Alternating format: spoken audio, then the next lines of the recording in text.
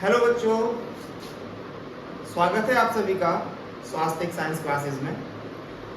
आज हम एक ऐसे विषय पर बात करने जा रहे हैं जो आने वाले बोर्ड एग्जाम के लिए बहुत ही महत्वपूर्ण है।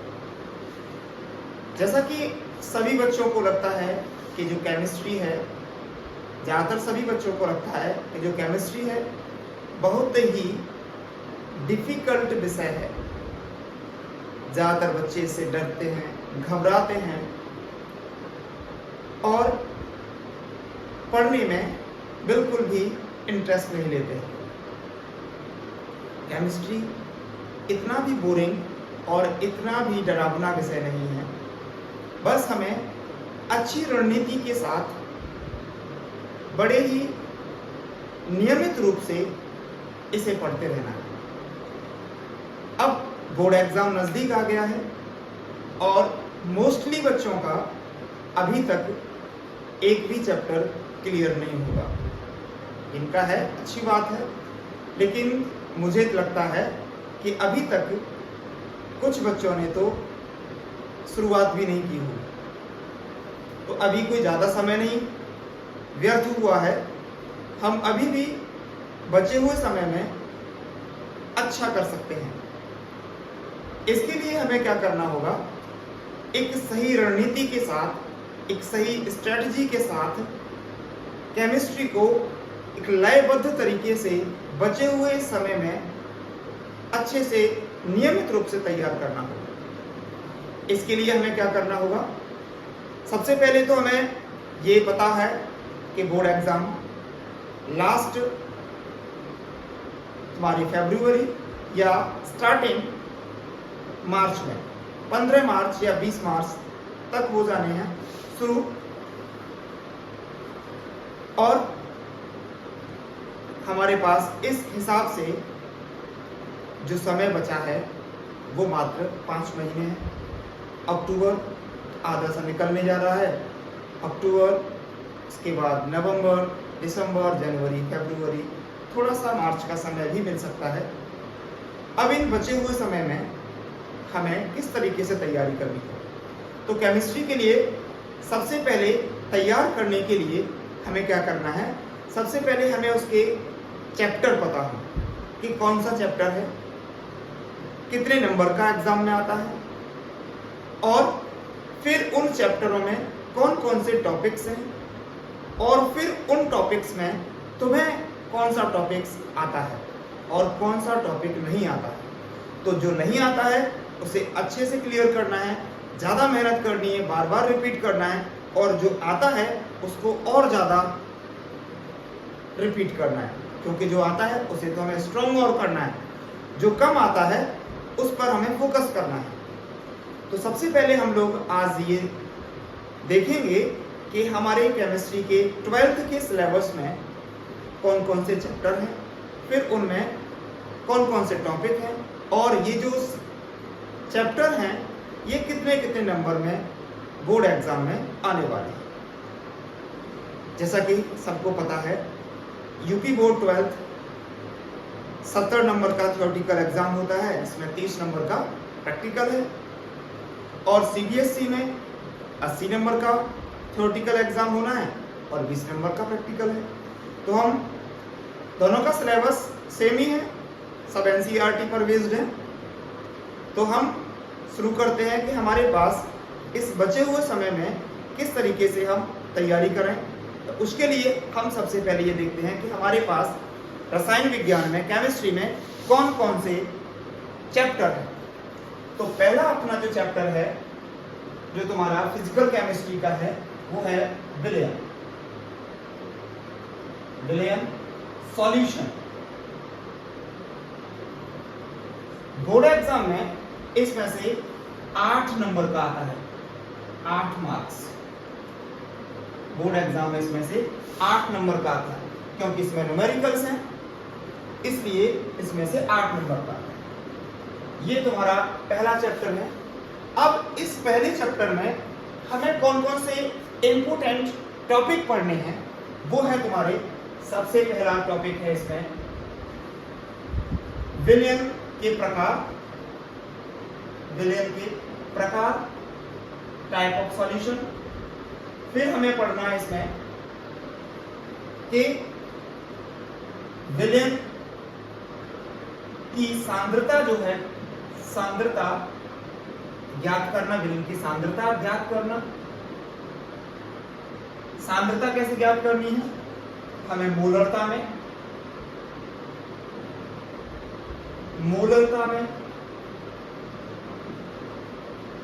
नॉर्मलता में,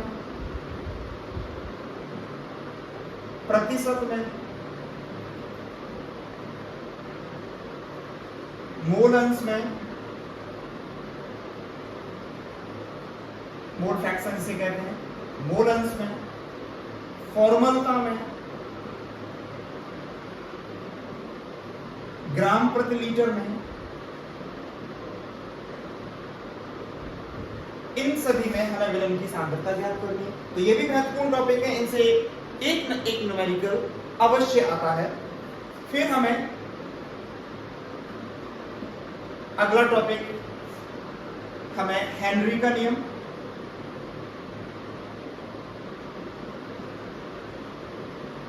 अगला टॉपिक राउल्ट का नियम,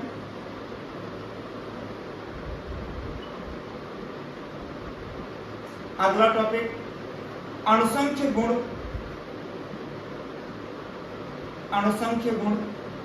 अणुसंख्य गुण कौन से होते हैं? अणुसंख्य गुण 4 होते हैं। कौन से? पहला होता है वाष्प दाब का आपेक्षिक अवनमन, वाष्प दाब का आपेक्षिक अवनमन।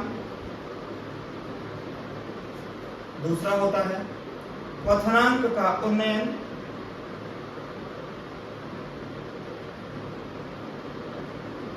तीसरा होता है हिमांक का अवनमन,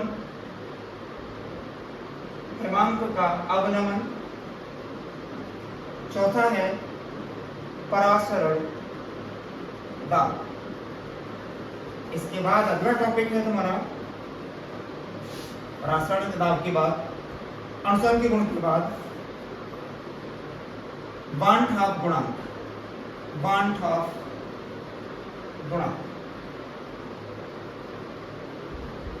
एक और बच जाता है आदर्श और अनादर्श विलयन।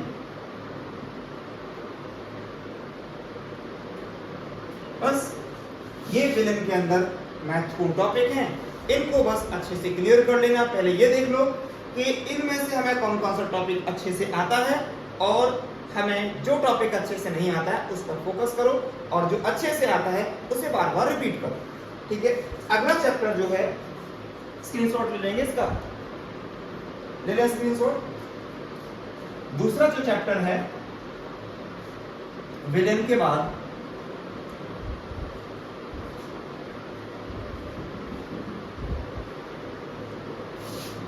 पहले एक तरफ से चैप्टर लिख लेते हैं, फिर उनके टॉपिक्स। ठीक है, पहला चैप्टर हो गया तुम्हारा सॉल्यूशन विलयन, 8 नंबर का है, 8 मार्क्स। दूसरा है विद्युत रसायन, इलेक्ट्रिकल केमिस्ट्री, 7 नंबर का, 7 मार्क्स। तीसरा है रासायनिक बलगति,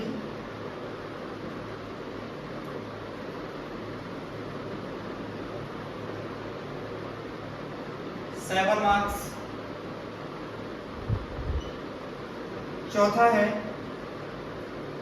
डी एंड एफ ब्लॉक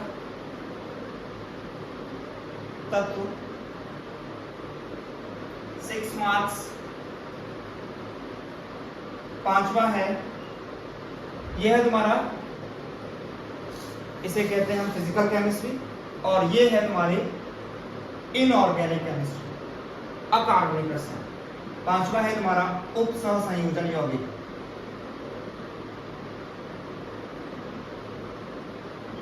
उपसह संयोजन यौगिक। 7 मार्क्स। अब आ जाता है अगला ऑर्गेनिक केमिस्ट्री, जिसमें पहला या सीरीज से चले तो 6 नंबर का छठवां है हेलो एल्केन और हेलो एरिन।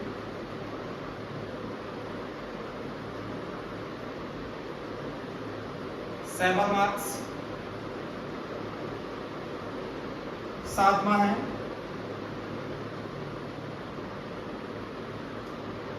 एल्कोहल, फिनॉल और ईथर। एल्कोहल, फिनॉल और ईथर 8 मार्क्स। इसके बाद है 8वां चैप्टर है तुम्हारा एल्डिहाइड, ये भी 7 मार्क्स का है। एल्डिहाइड, कीटोन और कार्बोक्सिलिक अम्ल। कार्बोक्सिलिक अम्ल, ये है 8 मार्क्स। अगला चैप्टर है तुम्हारा एमीन, 6 मार्क्स। अगला है जैवण, जैवण,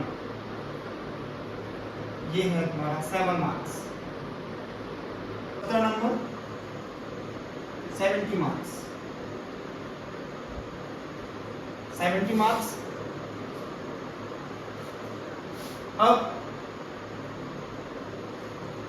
हम इनमें उपस्थित सभी टॉपिक्स के बारे में बात करते हैं। इनमें कौन कौन से टॉपिक्स हैं, जैसे मेरे के टॉपिक्स देख लिए हमने। विद्युत रसायन, दूसरा चैप्टर है तुम्हारा विद्युत रसायन। विद्युत रसायन, विद्युत रसायन में हमें क्या क्या पढ़ना है? विद्युत रसायन में हमें पढ़ना है वैद्युत अपघटनी सेल, वैद्युत अपघटनी सेल, वैद्युत रासायनिक सेल, वैद्युत रासायनिक सेल।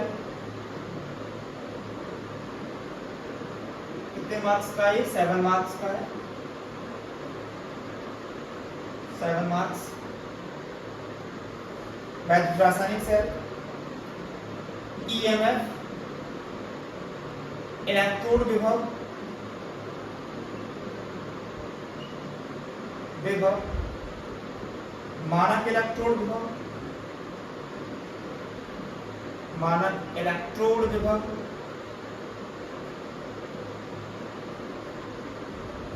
ठीक।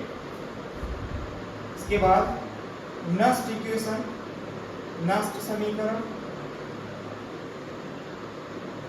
नस्ट समीकरण के बाद हमें पढ़ना है इसमें, नस्ट समीकरण के बाद अगला टॉपिक है तुम्हारा विद्युत अपघट्य, विद्युत अपघट्य, विद्युत अपघटन के विद्युत अपघटन के फैराडे के नियम, फैराडे के नियम। और इसमें हमें पढ़ना है कोलराउस का नियम, कोलराउस का नियम, विद्युत चालकता,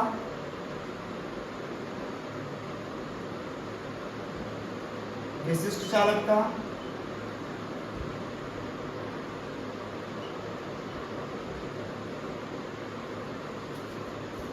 मोलर चालकता,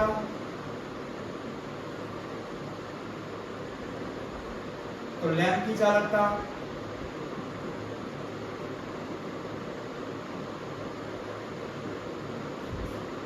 और उसके बाद सेल और फिर आता है संचारण। इन टॉपिक्स को हमें क्लियर कर लेना है। बस 2-2 मिनट के टॉपिक हैं, ज्यादा समय नहीं लेंगे, ये टॉपिक्स बहुत जल्दी क्लियर हो जाएंगे। हाँ, इससे संबंधित भी थोड़े से न्यूमेरिकल आते हैं जिनकी थोड़ी प्रैक्टिस करने की आवश्यकता है, तो उनकी प्रैक्टिस कर लेंगे तो ये भी क्लियर हो जाएगा। अगले टॉपिक पर आते हैं, अगले चैप्टर की बात करते हैं। बता देते हैं इसको।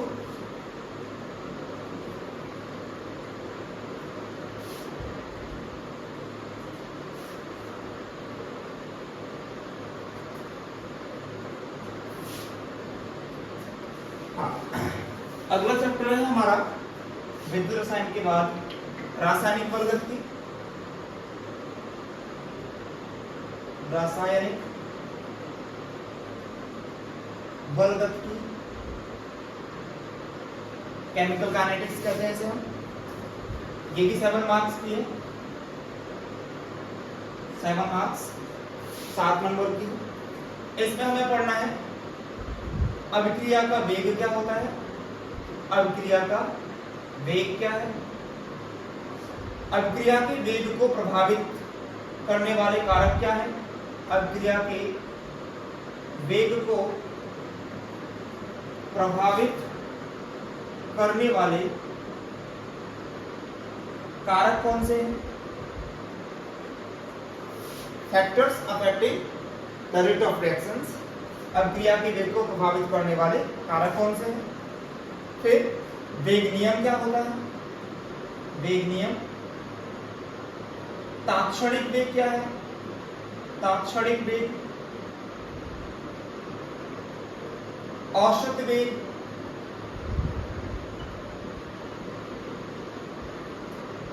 और औसत वेग हो गया। इसके बाद अगला महत्वपूर्ण टॉपिक है तुम्हारा अभिक्रिया की कोटि, ऑर्डर ऑफ रिएक्शन, अभिक्रिया की कोटि, अभिक्रिया की आणविकता,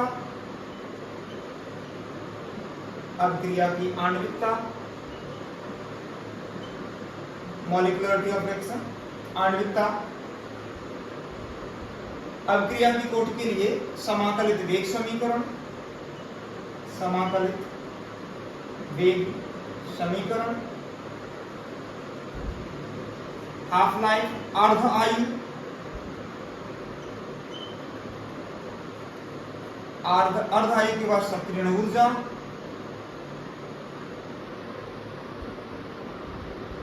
और आर्हीनियस समीकरण।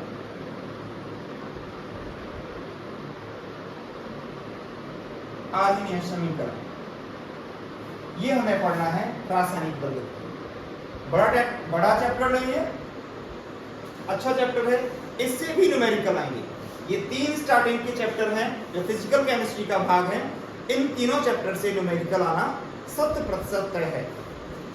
अगला तुम्हारा अगला जो चैप्टर है वो थ्योरेटिकल चैप्टर है। वो कौन सा है तुम्हारा, डी और एफ ब्लॉक तत्व, चौथा डी और एफ ब्लॉक तत्व, डी और एफ ब्लॉक तत्व। ये तुम्हारा 6 नंबर का है, 6 मार्क्स का है, 6 नंबर का है। इसमें हमें इलेक्ट्रॉनिक विन्यास इनका पढ़ना है, इलेक्ट्रॉनिक विन्यास,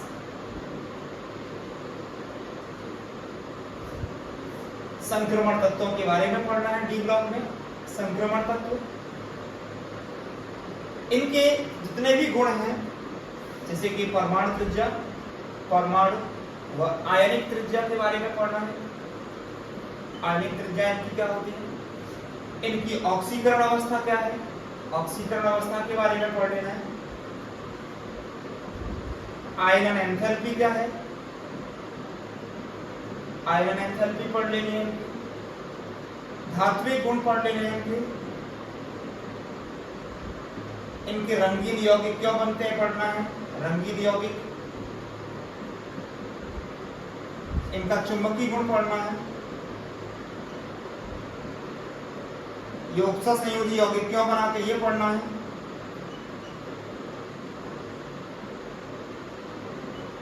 यौगिक क्यों बनाते हैं ये पढ़ना है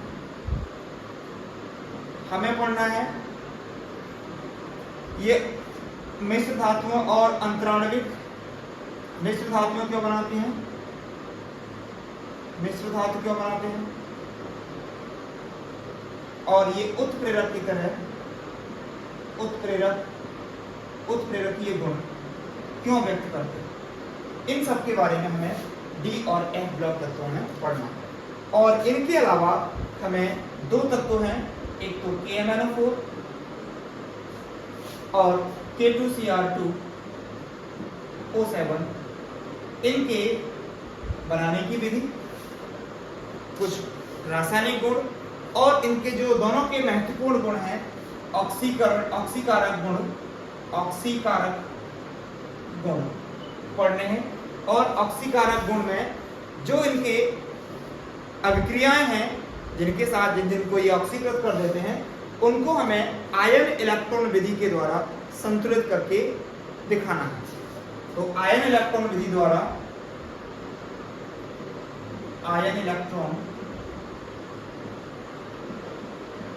द्वारा रासायनिक समीकरणों को संतुलित करना ये भी हमें इस चैप्टर में सीखना है। स्क्रीनशॉट ले लें इसका। हाँ। अगले चैप्टर की बात करें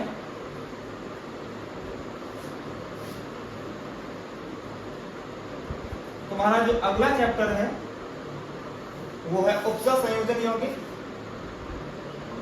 उपसह संयोजन यौगिक कोऑर्डिनेशन कंपाउंड,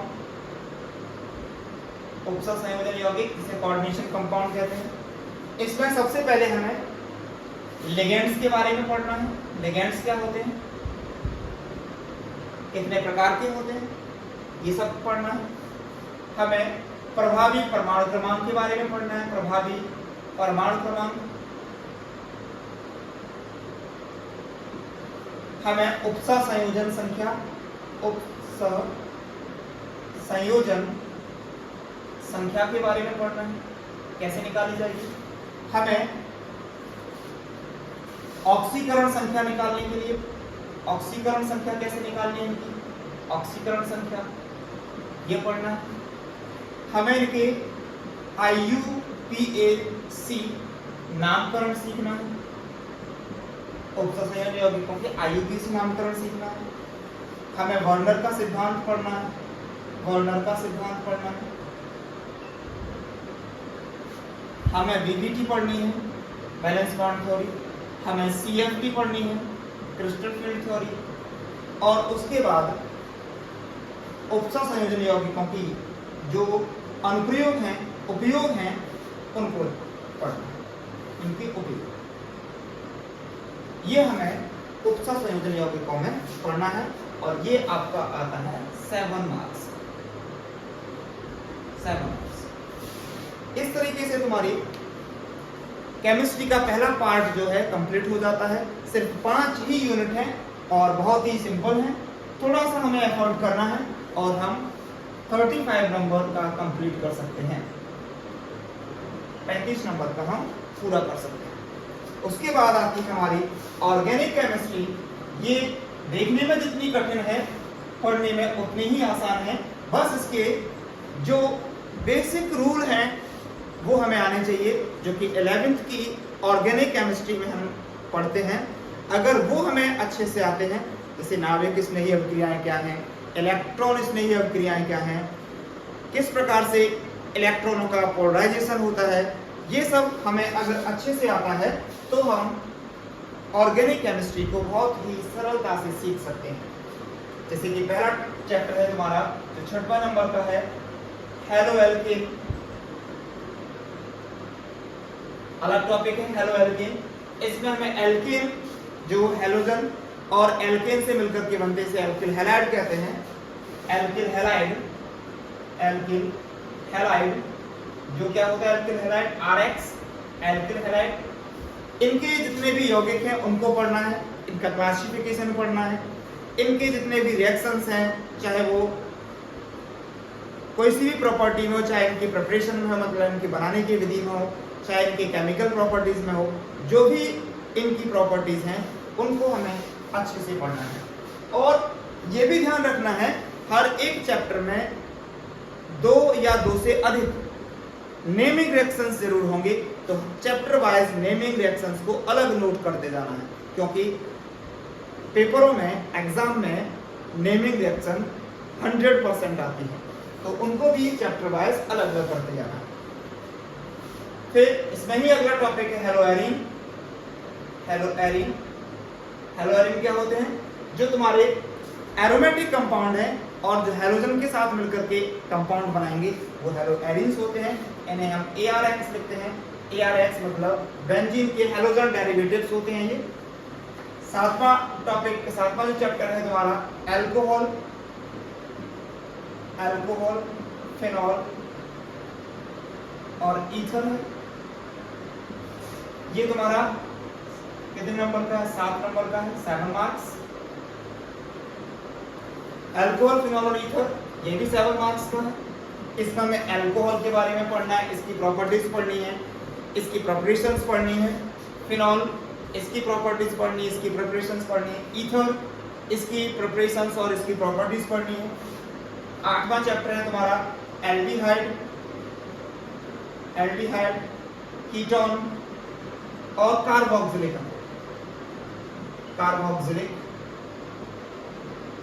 अम्ल। इसमें हमें एल्डिहाइड के बारे में पढ़ना है, RCHO एल्डिहाइड के बारे में पढ़ना है, इसकी किस तरीके से प्रिपरेशन होगी, कौन कौन से इसका नेमिंग रिएक्शंस यूज होंगे, कौन कौन से इसकी प्रॉपर्टीज हैं, फिजिकल प्रॉपर्टीज, केमिकल प्रॉपर्टीज सब पढ़नी है। कीटोन पढ़ना है, RCOR कीटोन पढ़ना है। कार्बोक्सिलिक एसिड पढ़ने हैं, RCOH ये हमें पढ़ने हैं। 9वां चैप्टर है तुम्हारा एमीन। ये नाइट्रोजन युक्त कार्बनिक यौगिकों में आता है। नाइट्रोजन युक्त कार्बनिक यौगिक जितने हैं वो तुम्हारे एमीन और डायएजोनियम जो लवण होता है, डायएजोनियम सॉल्ट, उसे पढ़ना है तुम्हें। एमीन को पढ़ना है और डायएजोनियम लवण। ये दोनों टॉपिक हमारे किसमें आते हैं? नाइट्रोजन युक्त जो कार्बनिक पदार्थ होंगे वो आएंगे। इसमें भी हमें प्रिपरेशन, क्लासिफिकेशन, प्रिपरेशन और इनकी प्रॉपर्टीज, मतलब बनाने की विधियां, इनका वर्गीकरण और इनके रासायनिक और भौतिक गुण। फिर लास्ट टॉपिक है वो है तुम्हारा जैव अणु। ये बहुत ही सरल टॉपिक है, मतलब थ्योरेटिकल टॉपिक है, कोई न्यूमेरिकल नहीं है, कोई ज़्यादा हमें याद नहीं करना है, बिल्कुल भी एफर्ट नहीं करना है। सिंपल सा है बायोमोलिक्यूल्स, जिसमें हमें क्या क्या पढ़ना है? हमें कार्बोहाइड्रेट पढ़ने हैं। कार्बोहाइड्रेट क्या होते हैं? कार्बोहाइड्रेट के बारे में पढ़ना है। हमें प्रोटीन के बारे में पढ़ना है, हमें विटामिन के बारे में पढ़ना है, हमें लिपिड्स के बारे में पढ़ना है, हार्मोन्स के बारे में पढ़ना है, एंजाइम्स के बारे में पढ़ना है और प्रोटीन के बारे में पढ़ना है। इन सभी के क्या यूज है ह्यूमन बॉडीज में या एनिमल्स में, और इनकी कमी से, डिफिशियंसी कौन से, क्या कमी से, इनकी कमी से कौन सा रोग होता है, ये सब पढ़ना है। इस विटामिन की कमी से, कौन से विटामिन की कमी से कौन सा रोग होता है, ये 100% पूछा जाता है कोई ना कोई। जैसे कि न्यूक्लिक एसिड्स हैं, DNA, RNA, इनमें कौन से बेस होते हैं, कौन से इसमें सरकराज होती हैं, कौन से फास्फेट होते हैं, इन सब के बारे में हमें पढ़ना है। तो सरल सा है, बायोलॉजी वालों के लिए और भी महत्वपूर्ण है और इंटरेस्टिंग भी होगा। तो ये सब हमें कवर कर लेना है। इनमें शायद जोड़ने में थोड़ी सी त्रुटि हुई होगी, तो यहाँ 70 होगा पूरा। उसके बाद बस जैसे हमें ये पता चल जाए कि हमारे पास ये टॉपिक्स हैं और ये चैप्टर है और इसमें इतने इतने टॉपिक्स हैं, बस फिर क्या है, जुड़ जाओ सही से। हमें सिर्फ अपने चैप्टर में देखना है कि हमारे पास कौन कौन से टॉपिक हैं और उन टॉपिक्स में हम किन किन टॉपिकों को अच्छे तरीके से कवर कर चुके हैं और कौन से टॉपिक ऐसे हैं जो हमें अभी क्लियर नहीं है, उसके लिए हमें थोड़ी सी मेहनत कर लेनी है। बस पर डे केमिस्ट्री को अगर हम एक भी घंटे देंगे और 1 घंटे अगर हम पर डे के हिसाब से पढ़ते रहें तो 5 महीने हैं, 5 महीने में 10 चैप्टर मतलब 10 यूनिट कवर करनी है, मतलब 1 महीने में हमें 2 चैप्टरों को क्लियर कर लेना है। 2 चैप्टर क्लियर आराम से हो सकते हैं। एक मतलब 15 दिन में हमें 1 चैप्टर पढ़ना है, 15 दिन मतलब 1 चैप्टर में 15 टॉपिक भी नहीं होंगे। तो हर एक दिन अगर हम 1 चैप्टर का एक टॉपिक क्लियर करके चलें, लेकिन ईमानदारी से अगर हमें 1 टॉपिक आज क्लियर करना है तो उसको क्लियर करना है। अगर हम 1 टॉपिक क्लियर कर लेते हैं तो मैं गारंटी देता हूं आपको केमिस्ट्री में कोई भी पीछे नहीं कर सकता। अगर इस तरीके से मन में ठान करके अगर हम तैयारी करें तो हम कुछ भी हासिल कर सकते हैं। तो मुझे उम्मीद है आप इस तरीके से पढ़ाई जल्द से जल्द शुरू करेंगे। और एक और सूचना आपको देनी है, केमिस्ट्री की क्लास जो है लाइव कल से 8 से 9 शुरू होगी। तो सभी बच्चे जो केमिस्ट्री में इंटरेस्टेड हैं या उन्हें थोड़ी सी भी समस्या है केमिस्ट्री में, वो चैनल में जुड़ जाएं आके 8 बजे से। कल हम शुरू से केमिस्ट्री के शुरुआत से शुरू करेंगे, मतलब हम पहले ही चैप्टर से केमिस्ट्री को फिर से पढ़ना शुरू करेंगे और जिस स्ट्रेटजी को हमने यहाँ बताया है उसी स्ट्रेटजी को अपनाते हुए हम अगले बचे हुए समय में एक टॉपिक को क्लियर करेंगे। ठीक है, तो कल 8 बजे हम अपने फिजिकल केमिस्ट्री का पहला चैप्टर सॉल्यूशन पढ़ने जा रहे हैं। उसके लिए चाहे वो यूपी बोर्ड का हो चाहे सीबीएसई बोर्ड का हो, दोनों के लिए सिर्फ लैंग्वेज डिफरेंट है, टॉपिक सेम है। तो हम इंग्लिश और हिंदी दोनों में एक्सप्लेन करेंगे। तो चाहे वो सीबीएसई वाला हो चाहे वो यूपी बोर्ड का हो, जिसके पास भी सिलेबस में अगर विलियन चैप्टर है वो कल 8 बजे मुझसे मिले। तब तक के लिए जो भी तुम्हारे पास समस्या है विलियन चैप्टर से लेकर के वो इकट्ठी करें और कल का इंतजार करें। हम विलियन चैप्टर का पोस्टमार्टम करते हैं। धन्यवाद।